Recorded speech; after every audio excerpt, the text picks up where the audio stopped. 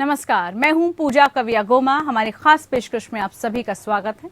हम बात करेंगे बूस्टर डोज की। आज बूस्टर डोज को लेकर अलग अलग खबरें आ रही हैं। लोग देश के वैज्ञानिक कहते हैं कि बूस्टर डोज की जरूरत है, तो कुछ कहते हैं ये बड़े देश के चोचले हैं।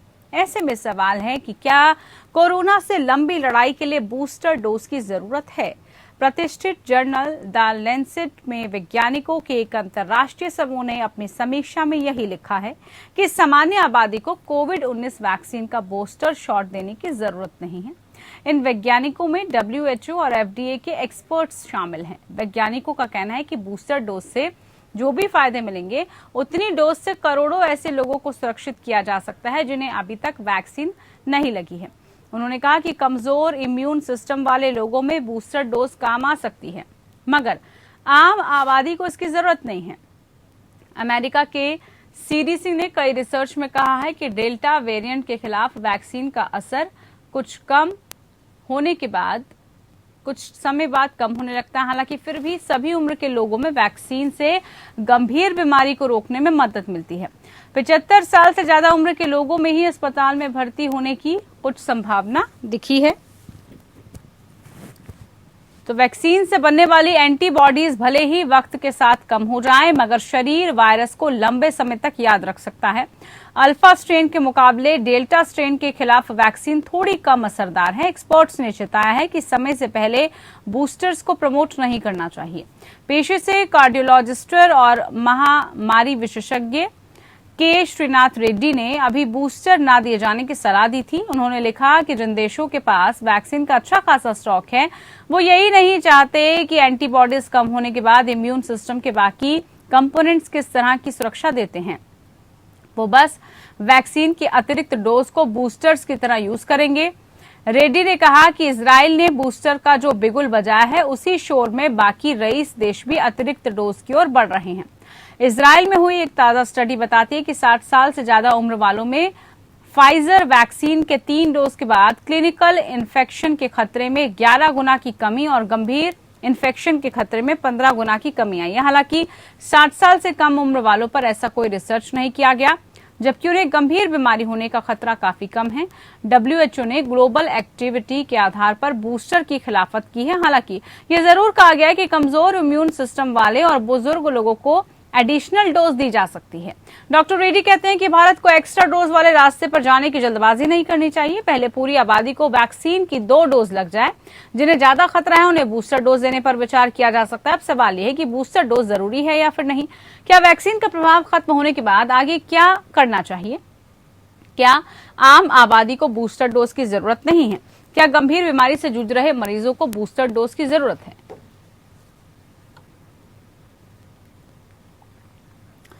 तो बिल्कुल आज इसी को लेकर हम चर्चा करेंगे कि आखिरकार कोरोना को लेकर जो मजबूरी थी और अब कहा जा रहा है कि क्या बूस्टर डोज की जरूरत है। इसी को लेकर हमारे साथ चर्चा में खास मेहमान जुड़े हुए हैं, उनसे चर्चा करेंगे। इसी को लेकर परिचय में आपका करा दूं। हमारे साथ डॉक्टर माहेश्वरी सीनियर डॉक्टर के तौर पर जुड़ चुकी हैं और हमारे साथ डॉक्टर राहुल शर्मा है, सीनियर डॉक्टर, यथार्थ हॉस्पिटल से। बहुत स्वागत है आप दोनों खास मेहमानों का। सबसे पहले डॉक्टर राहुल, आप ही के पास मैं आना चाहूंगी और पूछना चाहूंगी, जो आज का हमारा विषय है बड़ा महत्वपूर्ण है। अभी तक हम बात कर रहे थे वैक्सीन की कि वैक्सीन लग जाए, वैक्सीन लगाना बहुत जरूरी है, लेकिन एकाएक अब बूस्टर डोज का लोग एक बार फिर से जो है जिक्र करने लग गए हैं कि क्या बूस्टर डोज जरूरी है। सबसे पहले बूस्टर डोज है क्या, किस किस को लगेगी, इस पर हम चाहते हैं कि आप जरा प्रकाश डालिए। बहुत ही इम्पोर्टेंट सवाल है बूस्टर डोज का, बिकॉज हम लोग अभी भी कोरोना वायरस की वैक्सीन के बारे में जिसके द्वारा ये पता कर रहे हैं कि वैक्सीन की एफिकेसी कितनी है, वेरिएंट चेंज हो रहे हैं, उन वेरिएंट पे एफिकेसी कितनी रहेगी। तो booster dose as the name suggest कि जब भी हमने लोगों को वैक्सीन किया, उनको उस बीमारी के खिलाफ प्रोटेक्ट किया, धीरे धीरे टाइम के साथ वो इम्यूनिटी कम हो जाती है और उस इम्यूनिटी को वापस लाने के लिए एक बूस्टर डोज दी जाती है।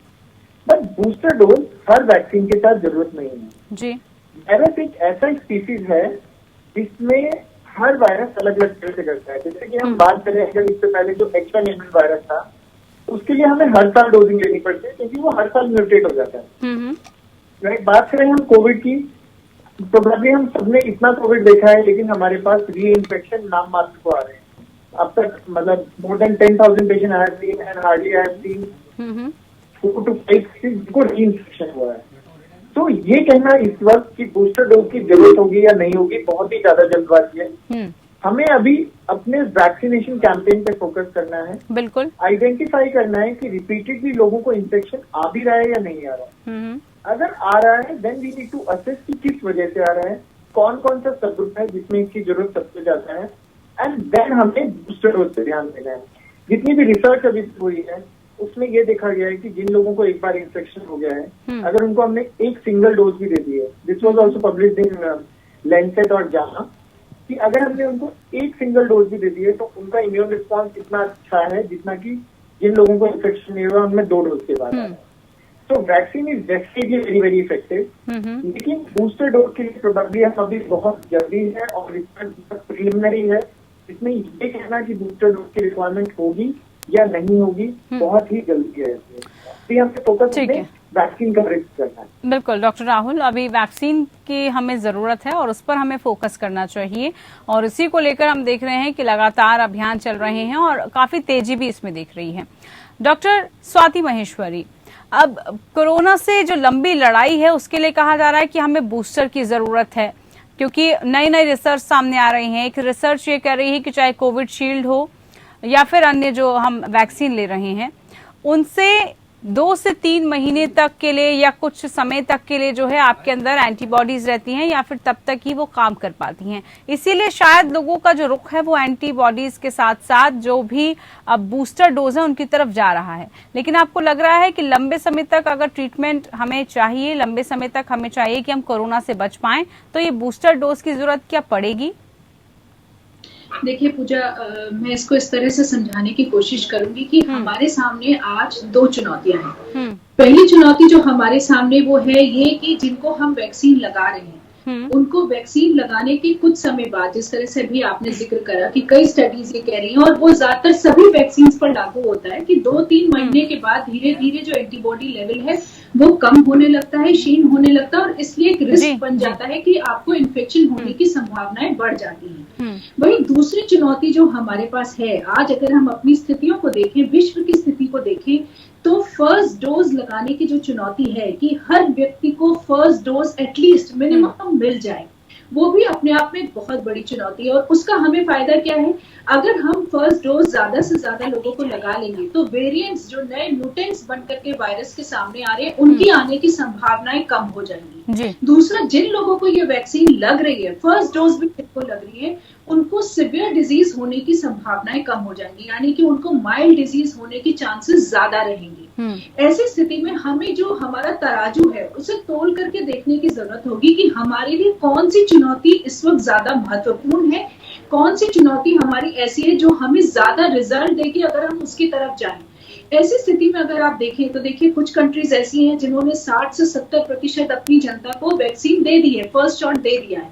वहीं ऐसी भी कंट्रीज हैं जिन्होंने केवल 1.5% अपनी जनता को अभी तक फर्स्ट डोज दिया है। और क्योंकि ये बीमारी पूरे विश्व से उठने वाली बीमारी है, ये म्यूटेंट किसी भी राष्ट्र से उठ करके सामने आ सकता है और फिर फैल सकता है बाकी राष्ट्रों में, इसलिए इस वक्त पहली चुनौती जो हमारे लिए इम्पोर्टेंट है वो ये है कि हमें फर्स्ट डोज मैक्सिमम लोगों को देनी है। लेकिन वहीं हमें इस बात का भी ध्यान रखना है कि देखिए जब लैंसेट की स्टडी ये कहती है कि बूस्टर डोज की अभी जरूरत नहीं होगी, तो वहीं अभी लैंसेट की एक और स्टडी आई थी जिसमें उन्होंने साफ तौर से खुद ही कहा कि एंटीबॉडीज लेवल 50% तक कम हो जाती है 2 से 3 महीने के बाद। ऐसी स्थिति में हमें प्रायोरिटाइज करना पड़ेगा कि हमारी एक प्रायोरिटी ये है कि हम फर्स्ट डोज मैक्सिमम लोगों को दें। दूसरी प्रायोरिटी हमारी ये है कि जो हमारा वल्नरेबल ग्रुप है, जो हमारे ऐसे लोग हैं जो इम्यूनो कॉम्प्रोमाइज्ड हैं, जो उम्र दराज हैं या हमारे हेल्थ केयर वर्कर्स हैं, उन्हें हम ये बेनिफिट दें कि हम उन्हें बूस्टर डोज का बेनिफिट दें ताकि हम उनको मृत्यु दर से बचा सके, ज्यादा सिवियर बीमारी से बचा सके। देखिए अभी ICMR ने भुवनेश्वर में 616 हेल्थ केयर वर्कर्स के ऊपर स्टडी करी है जिसमें उन्होंने देखा कि आने वाले वक्त में 3 महीने के अंदर उन लोगों में एंटीबॉडीज कम होने लगी जिनको की वैक्सीन दी हुई थी। ये हमारे हेल्थ केयर वर्कर्स हैं जिनमें से आधे को कोविशील्ड लगी थी और लगभग आधों को कोवैक्सीन लगी थी। तो ये तो अभी साफ तौर से दिखाई दे रहा है कि एंटीबॉडीज लेवल कम धीरे धीरे हो रही है। लेकिन हमें ये प्रायोरिटाइज करना होगा कि वो कौन से लोग हैं जो ज्यादा रिस्क पर हैं, क्योंकि एंटीबॉडी लेवल्स जो हम टेस्ट करते हैं वो केवल हमारी बॉडी के इम्यून सिस्टम को नहीं रिफ्लेक्ट करते, हमारी सेल म्यूटेटेड इम्यूनिटी भी है, मेमोरी सेल्स भी हैं, जो आने वाले वक्त में अगर संक्रमण होता है तो हमें बचाव करने के लिए मदद करती हैं। लेकिन समय के साथ धीरे धीरे हमें स्ट्रेटेजाइज करना पड़ेगा। जिस तरह से हम फ्लू की वैक्सीन हर साल लगाते हैं, हो सकता है कि कोविड की भी हमें हर साल वैक्सीन लगानी पड़े। इन वैक्सीन में भी संशोधन की जरूरत होगी। जो वैक्सीन आज बनी है उसका एक नया रूप उभर कर धीरे धीरे सामने आएगा, क्योंकि साइंटिस्ट भी लगातार प्रयास कर रहे हैं कि वैक्सीन को और बेहतर बनाए, ज्यादा वेरिएंट्स को टैकल कर पाए और बेहतर हो। तो ये प्रयास है जो चलता रहेगा। लेकिन आज की तारीख में अगर हम देखें तो पहली चुनौती हमारी है फर्स्ट डोज ज्यादा से ज्यादा लोगों तक पहुंचाना, और दूसरी चुनौती है कि जो हमारा वनरेबल ग्रुप है उसको कम से कम हम बूस्टर डोज देकर के सुरक्षित करें। बिल्कुल डॉक्टर स्वाति जी, आपने बहुत बखूबी बताया है कि अभी हमारी जो प्राथमिकताएं हैं वो क्या है। डॉक्टर राहुल, इंटरनेशनल लेवल की हम बात करें तो उनकी अपनी समीक्षा है, वहां पर ये कहा जा रहा है कि बूस्टर शॉट देने की जरूरत है और कई ऐसे जो देश हैं वो दे भी रहे हैं। लेकिन अगर हम बात करें WHO की और FDA के एक्सपर्ट्स की, तो उनके वैज्ञानिक कह रहे हैं कि बूस्टर डोज से जो भी फायदा मिलेगा उतनी डोज से करोड़ों ऐसे लोग हैं जो कि सुरक्षित किए जा सकते हैं, और भारत जैसे देश पर ये चीजें एप्लीकेबल भी होते हैं। भारत के लिए अभी यही जरूरी है, तो इस तरफ ही अभी फोकस हमें रखना है, इसी तरफ ही हमारे प्रशासन और सरकारों को ध्यान रखने की जरूरत है। इसका मतलब जब WHO काम करता है तो वो एक जनरल लेवल पे काम करता है, वो देखता है विश्व कंट्री के लेवल पे देखता है। जब हम बूस्टर डोज की बात करते हैं, इंडिविजुअल वैक्सीन की बात करते हैं, तो वो एक लोकल एरिया है। जैसे कि ये बीमारी जो है वो विश्वव्यापी है, हर जगह फैल रही है।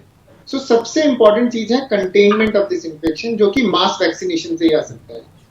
देन प्रोबेबली नेक्स्ट स्टेप ये होगा जिसमें हमें ये देखना होगा कि भाई क्या री इन्फेक्टेड हो रहे हैं, क्योंकि तो मेरे अपने से बहुत ही कम है, ऑलमोस्ट नेग्लिजिबल।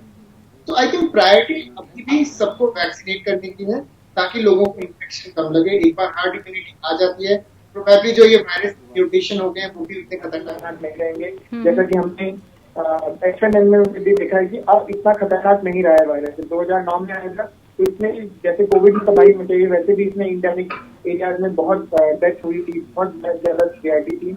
लेकिन over a period of time जैसे जैसे वैक्सीनेशन बढ़ता गया है, इसका प्रभाव भी कम होता गया है। तो अभी पहला फोकस मास वैक्सीनेशन ही है। जो बूस्टर डोज है उसका कंफ्यूजन हमें अभी क्रिएट करना ही नहीं है। सबसे पहले क्योंकि लोगों की डोज लेने में हिचकिचा रहे हैं, उनकी अपनी एक हेजिटेंसी है। सबसे इम्पोर्टेंट बात है कि लोगों को ये समझना है कि वैक्सीन इंपॉर्टेंट है। बूस्टर डोज टाइम के साथ पता चलेगा, जैसे बढ़ता जाएगा, इन्फेक्शन का रिस्क हम उसके बाद असेस करेंगे। Then probably it is very very clear कि बूस्टर रिक्वायर्ड होगा भी या नहीं होगा। But at present probably I also second to WHO की बूस्टर डोज की रिक्वायरमेंट अभी हमें नहीं। ठीक है, बूस्टर डोज की रिक्वायरमेंट नहीं है। डॉक्टर राहुल शर्मा, इसी बात को आगे बढ़ाते हुए यही मैं जानना चाहूंगी कि लोगों को और कितना ज्यादा जागरूक रहने की जरूरत है। कम से कम वैक्सीन वो लगवाएं, बूस्टर डोज तो बहुत अलग बात हो गई, लेकिन वैक्सीन वो लगवाएं, पहली डोज लगवाएं, उसके बाद जितना भी समय है दूसरी डोज का वो सब चीजें लगवाएं। उन चीजों को और प्रमोट करने की जरूरत है क्या अभी? एब्सोल्युटली, आई थिंक अभी भी लोगों में इतना ज्यादा इनर्शिया है वैक्सीन को लेके। अभी भी इतने सारे क्वेश्चन हम लोगों के पास आते हैं कि पेशेंट को ये बीमारी है, अब वैक्सीन लगवानी है या नहीं लगवानी है, पेशेंट की ये ब्लड टेस्ट है, उनको वैक्सीन लगवानी है कि नहीं लगवानी है, हमें कोविड हो चुका है, सीवियर हो चुका है, हमें जरूरत है कि नहीं। तो ये ब्लैंकेट है कि जो लोग बीमार हैं, जिनको पहले से कोमॉर्बिडिटीज है, किसी भी प्रकार की बीमारी है, वो सबसे पहले कैंडिडेट है वैक्सीन के बेनिफिट के। उसके बाद जितने भी अडल्ट हैं, क्योंकि वो सब कैरियर का काम करते हैं, हो सकता है उनको सीवियर डिसीज ना हो, लेकिन वो एक जगह से दूसरी जगह चलाने का काम करते हैं, क्योंकि सबसे ज्यादा मोबाइल वो लोग रहते हैं, तो उनको भी अपनी सोशल जिम्मेदारी समझनी पड़ेगी और वैक्सीन लेनी पड़ेगी। तीसरी कैटेगरी आती है बच्चे, जिसमें अभी रिसर्च चल रही है कि बच्चों में ये वैक्सीन कितनी इफेक्टिव होगी, क्योंकि जो हम लोग सोच रहे हैं कि थर्ड वेव बच्चों में इफेक्ट ज्यादा होगा, पर हमने सेकेंड वेव में भी देखा कि जिस फैमिली में अडल्ट लोग इन्फेक्टेड उनमें बच्चों में भी हुए, और थैंकफुली बच्चों में इतना ज्यादा इस वायरस का प्रभाव नहीं है। लेकिन आई थिंक वैक्सीन एक स्टेप वाइज मैनर हम सबसे समझना पड़ेगा कि vaccine is the only way जिससे प्रोबेबली हम आने वाले टाइम में फ्री होकर घूम सकते हैं, मास्क हटा सकते हैं। अदरवाइज ऐसा कोई वे नहीं है जिससे हम आगे फ्रीली घूम पाएंगे। वैक्सीन का ऐसा कोई कॉन्ट्राइंडिकेशन नहीं है इसमें हम बोले कि हमें वैक्सीन नहीं लगवानी। डॉक्टर स्वाति, क्या आपको लगता है जो वैक्सीन का प्रभाव है वो जब खत्म होने लगता है तो क्या ऑप्शंस रह जाते हैं, उसके बाद क्या लोगों को करना चाहिए? क्योंकि अगर वो वैक्सीन लगवा भी रहे हैं, इंजेक्शन लगवा भी रहे हैं, तो उसके बाद भी खतरा कम तो नहीं होता। इसके लिए क्या हमें करना चाहिए, किस चीज की जरूरत है, ये हम जानना चाहेंगे आपसे। बिल्कुल, देखिए सबसे पहले तो ये समझें कि अगर आपने वैक्सीन लगवाई हुई है तो ये ना सोचे कि 3 महीने के बाद शरीर में एंटीबॉडीज बिल्कुल 0 हो जाएंगी और कोई असर ही नहीं रहेगा वैक्सीन का। ऐसा भी नहीं है। आपके अंदर अगर एंटीबॉडीज लेवल कुछ कम हो रहे हैं तो इसका मतलब ये नहीं है कि वैक्सीन आपको टोटली प्रोटेक्ट नहीं कर रही है और उसके बाद भी आपको सिवियर डिजीज से वैक्सीन बचाती है। तो पहली बात, वैक्सीन के ऊपर अपने विश्वास को कायम रखें और उसको बिल्कुल भी हिलने ना दें। दूसरी बात यह है कि कोविड एप्रोप्रिएट बिहेवियर की जो हम लगातार बात कर रहे हैं वो एक ऐसा हथियार है जो वैक्सीन के साथ साथ आपको चाहिए ही है और आपको करना ही होगा अभी। तो चाहे भीड़ जमा होने की बात हो, चाहे हमारे मास्क लगाने की बात है, सोशल डिस्टेंसिंग की बात है, एसी एनवायरनमेंट में रहने की बात है, इन सभी चीजों पर हमें लगातार अभी ध्यान रखने की जरूरत होगी। हम बिल्कुल भी इन चीजों को दरकिनार अभी नहीं कर सकते। तो एक कोविड एप्रोप्रिएट बिहेवियर हमारे वैक्सीन के साथ साथ ही चलने वाला है। वैक्सीन का सबसे बड़ा फायदा हमें देखिए ये है कि ये हमें सिवियर डिजीज से बचाता है। आज भारत में जब हम 30,000 केस देखते हुए आते हैं तो हम लॉकडाउन क्यों नहीं लगा रहे? इसलिए नहीं लगा रहे क्योंकि हम वैक्सीन 75 करोड़ लोगों को दे चुके हैं और हम सिवियर डिजीज से लोगों को बचा रहे हैं। और यही हमारा उद्देश्य भी है कि ये बीमारी एक छोटी बीमारी बन जाए, क्योंकि कोविड तो रहेगा, जिस तरह से इन्फ्लुएंजा है उसी तरह से अभी ये बीमारी भी रहेगी, लेकिन ये हमारे लिए इतनी बड़ी मुसीबत ना रहे, इससे हमें खौफ ना रहे और इसकी वजह से हमें बार बार लॉकडाउन ना लगाने पड़े।